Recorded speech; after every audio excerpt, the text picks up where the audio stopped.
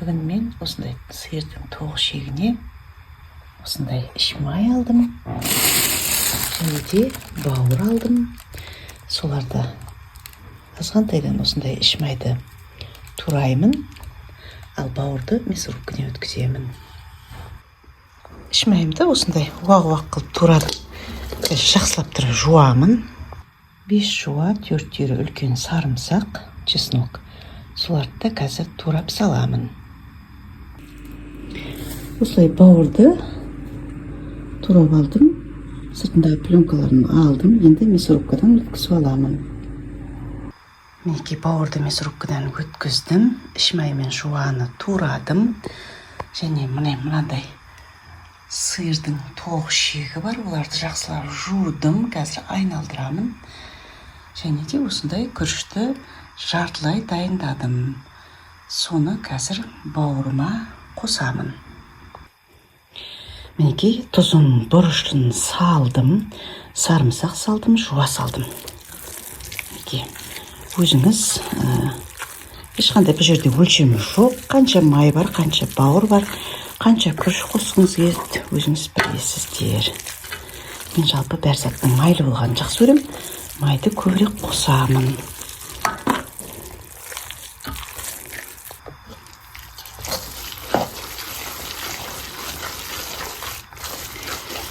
Жақсылап араластырып аламыз.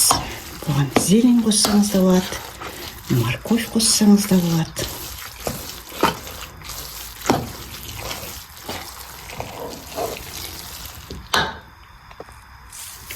Мінекей қазір мынандай тоқ шекті осыны айналдырамын.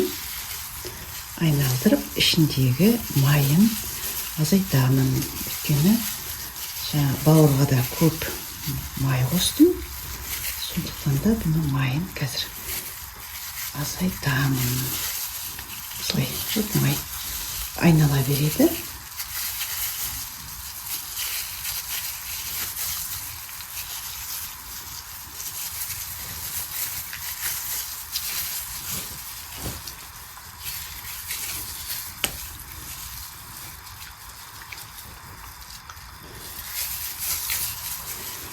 Бұл тоқшектің майы жалпы аз екен, жалпы айналдырған жөн. Мінекей көрдіңіздер ме? Мен базардан алдым, тұздалған жақсы деп бергені. Мінекей көрдіңіздер ме? Мынадай заттары бар, осылардың бәрін жақсылап жуып, қайтадан айналдырып, қазір осының бәрін де айналдырып, ішіне бауырды қосамын. Мінекей көрдіңіздер ме? Осының бәрін қазір жақсылап тазалап аламын. Мінекей қыздар, мынадай 5 литр баклажканың басын кесіп алдым да, осындай қылып мына қақпағында осындай қылып кестім. Осыған кесіп қойдым. Мінекей өте ыңғайлы. Осындай қылып, осылай сала бересіздер. Мінекей біразын салып қойдым. Осындай қылып қазір мынау толды.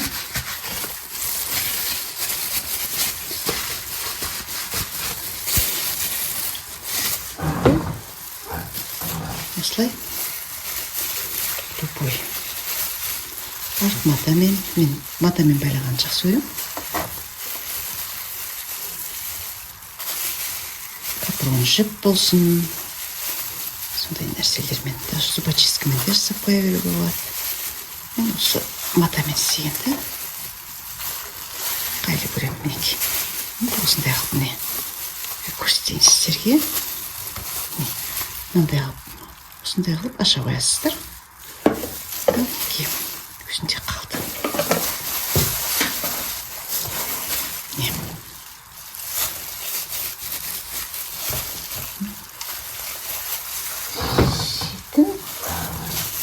Осындай.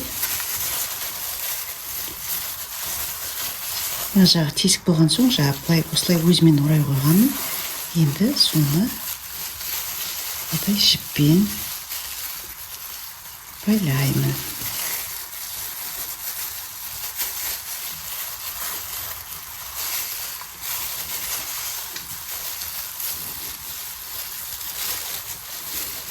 отпечатками совсем ыңғайсыз кимейін десең шыққарынай шығып кетеді. Мінекей осылай ары қарай толтыра беремін.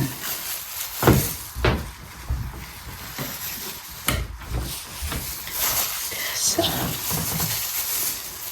осындай жағынан былай қиямыз да мінекей дайын болғанын қоямын. Кішкене аузы кең ішекті табамыз. Мынандай осындай әуелі міне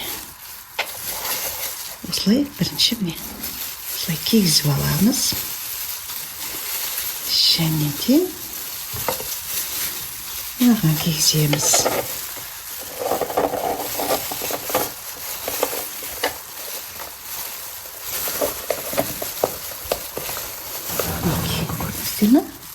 Енді мынаны алып келіп, соған қазір былай қоямыз. Қақтағын бұрай қоямыз. Көріңіздер ме? Қандай ыңғайлы. Енді міне былай шығып кетпейді. Енді осыған осылай құя береміз.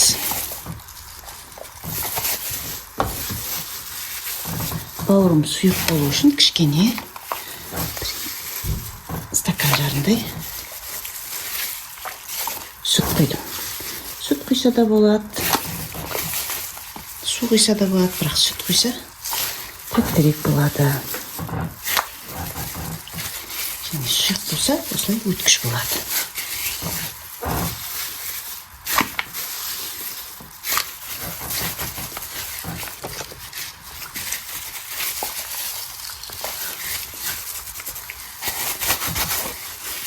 Жасай береміз. Бәрі дайын болғанда көрсетемін.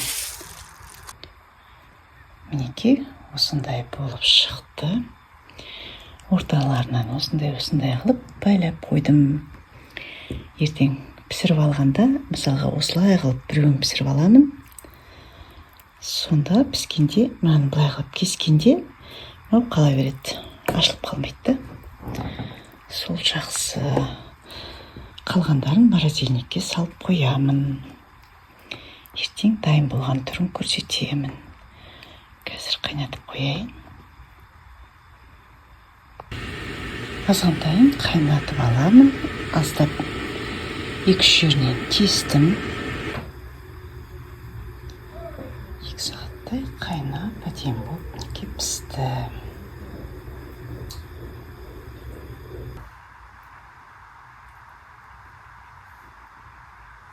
Мінекей әп-әдемі болып шықты. Астарыңыз дәмді болсын. Осылай бөлек алып қоя берсеңіз де болады. Мінекей. Таңдалмайды, мына жібін алып тастасаңыз болады. Осындай бөлек қылып алып қоя берсең де болады.